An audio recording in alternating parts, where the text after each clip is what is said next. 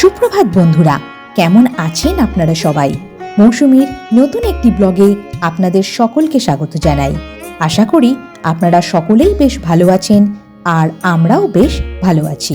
কয়েকদিন আগেই আমরা অনেক স্মৃতি আর আশা নিয়ে 2026কে সাদরে বরণ করে নিয়েছি। আশা করি বছরের এই নতুন দিনটি আপনাদের সকলেরই বেশ ভালো কেটেছে। আজকে আমি আপনাদের সাথে শেয়ার করব এই প্রেগন্যান্সি পাওয়ার আগে কি কি মেডিকেল ট্রিটমেন্টের মধ্যে দিয়ে আমি গিয়েছিলাম তারই কিছুটা জার্নি। আজকে যে দিনের ব্লগটি আপনাদের সাথে শেয়ার করছি, দিনটি ছিল একটি রবিবার। বলা ভালো আমার 7 মাসের 7 বক্ষণের আগের রবিবার, তাই দিনটি ছিল যথেষ্ট ব্যস্ততম। রবিবার মানেই সকালটা একটু বেশ দেরিতেই শুরু হয়, তাই না? ঘড়ির কাঁটা তার নিজস্ব গতিতে দৌড়ালেও আজ অফিসের কোনো তাড়া নেই, তাই হুটোপুটিও নেই। তবে আজকে সকালটা একটু তাড়াতাড়ি শুরু হয়েছিল। সকাল 9টার মধ্যেই আমার প্রয়োজনীয় সমস্ত বাজার চলে এসেছিল, সেই সাথে ব্লিঙ্কিট থেকে যে অর্ডার করেছিলাম তাও চলে এসেছিল। বাজার থেকে চলে এসেছে পুরো সপ্তাহের ফল, কলা, লেবু, বেদানা, নাশপাতি আর আপেল। প্রেগন্যান্সিতে ফল খাওয়া যে কতটা উপকার তা তো আপনারা সকলেই জানেন। আর আমার হিমোগ্লোবিন কম থাকায় আমাকে বেদানাটা প্রায় প্রতিদিনই খেতে হতো। খেজুরটা শেষ হয়ে গিয়েছিল, ওটাও চলে এসেছে। তবে এখন ছোট প্যাকেটই আনি, কখন কি খেতে ভালো না লাগে তাই পড়েই থাকবে। দাঁড়ান, এয়ারটাইট কন্টেনারে ঢেলে রাখি। সপ্তাহে প্রায় 3-4 দিন আমি ওটসের স্মুদি খাই, তাতে খেজুর ব্যবহার করি মিষ্টি হিসাবে, চিনি দিই না আলাদা করে। আজকে শাকের মধ্যে এসেছে সান্তে শাক। এই শাকটা খেতে আমার বেশ ভালো লাগে আর রান্নাটাও হয় বেশ চটজলদি। সকালে বাজারে যাওয়ার এই এক সুবিধা, জানেন তো, ফ্রেশ সব শাকসবজি পাওয়া যায়।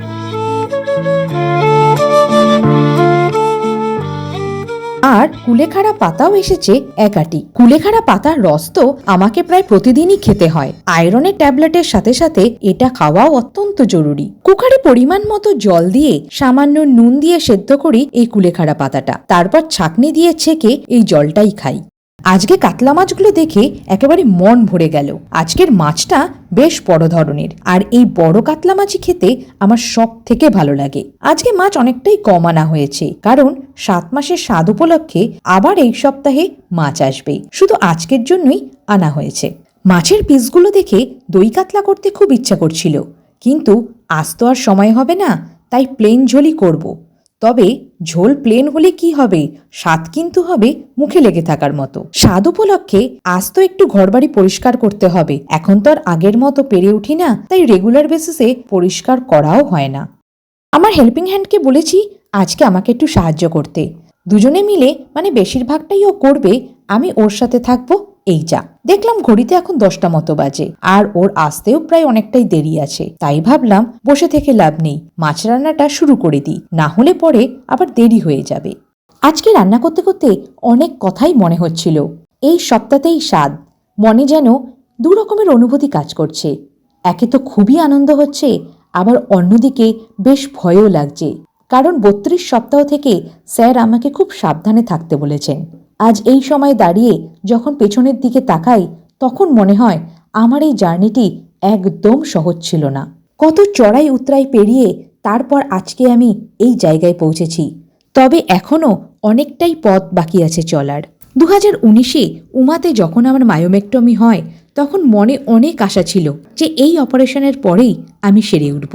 অপারেশনে টিউমার রিমুভ হলো তো বটে, কিন্তু ইউএসজি করে দেখা গেল আমার 2টো ফ্যালোপিয়ান টিউবই ব্লক। তাই কোনোভাবেই পসিবল না নর্মাল ওয়েতে বেবি আসার। IVF must. কিন্তু জানেন তো, অদ্ভুতভাবে শুভ কিন্তু এটা বিশ্বাস করেনি। কেন কে জানে? আমি তো বেশ অবাকই হয়েছিলাম আর প্রশ্ন করেছিলাম নিজেকে, কেন, কি কারণে এরকম হলো আমার সাথে। তারপর বেলঘড়িয়াতে ডক্টর সংঘমিত্রা ম্যাডামের কাছে অ্যাপয়েন্টমেন্ট নিই। আমারই এক বন্ধুর কাছে জেনেছিলাম যে ওরও একটা ফ্যালোপিয়ান টিউব ব্লক ছিল। ম্যাডাম অপারেট করে সলভ করেছে এবং তিনি সাকসেসফুলও হয়েছেন। আমার এই বন্ধুটি একটি কন্যা সন্তানও লাভ করেছে। ম্যাডাম আমার সব রিপোর্ট দেখে হাইড্রোটিউবেশনের পরামর্শ দেন। মনে আছে তখন 2020 সেপ্টেম্বর মাস, করোনার ফার্স্ট ওয়েভ সবে গেছে, চারিদিকে সবাই ভীত সন্ত্রস্ত, তারই মধ্যে এই প্রসেস। এটা একটা ডে কেয়ার হসপিটালাইজেশন, কিন্তু এই প্রসিডিওরটা যে কি কষ্টকর, যারা এই পদ্ধতির মধ্যে দিয়ে গেছে একমাত্র তারাই বুঝবে। কিন্তু তাতেও তেমন লাভ হলো না। শুধু আসার কথা এই যে একটা ফ্যালোপিয়ান টিউব খুলে গেল, কিন্তু সেকেন্ডবার ট্রাই করার মতো হাইড্রো প্রেশার আমি আর নিতে পারলাম না। যেহেতু এটাতে অ্যানেস্থেশিয়া তেমনভাবে করা হয় না, তাই পেইনটাও যথেষ্ট বেশি, আর আমার বিপিও ফ্ল্যাকচুয়েট করছিল আর অলমোস্ট সেন্সলেস হয়ে পড়ছিলাম। তাই ম্যাডাম আর সেকেন্ড টাইম ট্রাই করেনি, কারণ আরেকটা ফ্যালোপিয়ান টিউব খুলতে গেলে হাইড্রো প্রেশার আরও বাড়াতে হতো, যা আমার পক্ষে সুইটেবল নাও হতে পারত। দাঁড়ান, রান্নাটা একটু এগিয়ে নিই এবার। কথা বলতে বলতে কোথায় যেন হারিয়ে গিয়েছিলাম। নুন হলুদ মাখিয়ে মাছগুলোকে একে একে ভেজে তুলে নিলাম। তারপর কড়াইতে তেল গরম করে কালো জিরে ফোড়ন দিয়ে আলুগুলো ছেড়ে দিলাম।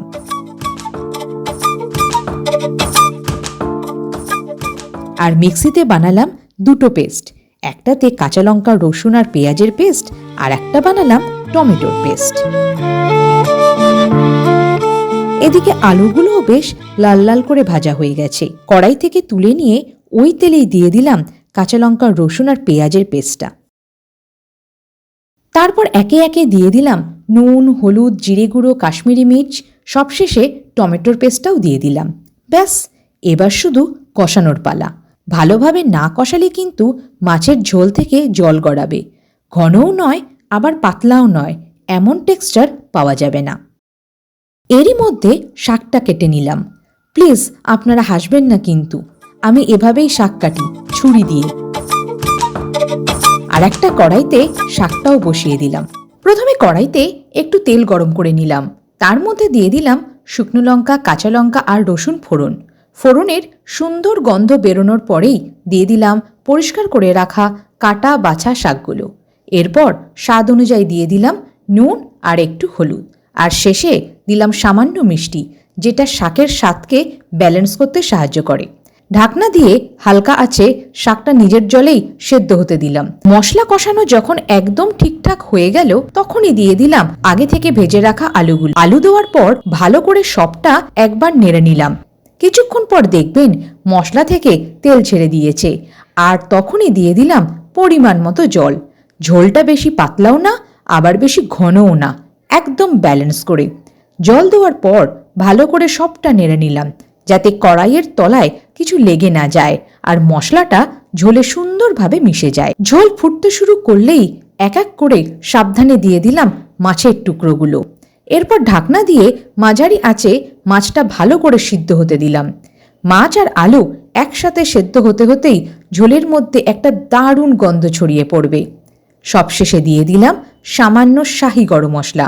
এই মশলাটা কিন্তু গ্যাস অফ করার ঠিক আগেই দিতে হবে, তাহলেই এর আসল সুবাসটা ঝোলে ভালোভাবে থাকবে। আর এদিকে শাকটাও রেডি হয়ে গেছে। এই শাকের রেসিপি কিন্তু আমি আগের ব্লগেই শেয়ার করেছি আপনাদের সাথে। বসে পড়েছি লাঞ্চ করতে। আজকে রবিবার হওয়ায় লাঞ্চে বেশ অনেকগুলোই আইটেম হয়েছিল। এদিকে রয়েছে গরম গরম ধোয়া ওঠা ভাত, ছেঁচি শাক ভাজা, আলু কুমড়ো মাছের মাথা দিয়ে পুঁই শাক, এটা খেতেও বেশ দারুণ লাগে জানেন তো। রয়েছে কারি পাতা দিয়ে ডাল, তবে কী ডাল হয়েছিল আজ আর মনে নেই। তবে প্রেগনেন্সিতে কারি পাতার গন্ধটা কিন্তু আমার খুব একটা ভালো লাগতো না। আর এই সেই মাছের ঝোল, আর রয়েছে লেবু আর আলু ভাজা। এই হচ্ছে আজকে আমাদের লাঞ্চের মেনু। তবে যেহেতু পুঁই শাক হয়েছে, তাই সেচি শাকটা একটু কম করেই নিলাম, তা না হলে এই দুরকম শাক দিয়েই পুরো ভাত খাওয়া হয়ে যাবে। লাঞ্চ করে বেশ কিছু সময় পর কেটে নিলাম এই ফলগুলো। তো বন্ধুরা, আজকে এখানেই শেষ করছি। ব্লগটি আপনাদের কেমন লাগলো অবশ্যই কমেন্টস করে জানাবেন, কিন্তু ভালো লাগলে অবশ্যই একটা লাইক করে দেবেন। আপনাদের এই কমেন্টসগুলো, লাইকগুলোই আমাকে কিন্তু এগিয়ে নিয়ে যেতে সাহায্য করবে। অবশ্যই একটা শেয়ার করে দেবেন আপনাদের বন্ধু বান্ধবদের সাথে, যাতে করে যে বা যারা আমার মতো এই টাফ টাইমের মধ্যে দিয়ে যাচ্ছে বা গেছে, তারা একটু মোটিভেশন পায়। সকলে খুব ভালো থাকবেন, সুস্থ থাকবেন আর দেখতে থাকবেন মৌসুমী জলছবির নতুন নতুন ব্লগগুলো। ধন্যবাদ।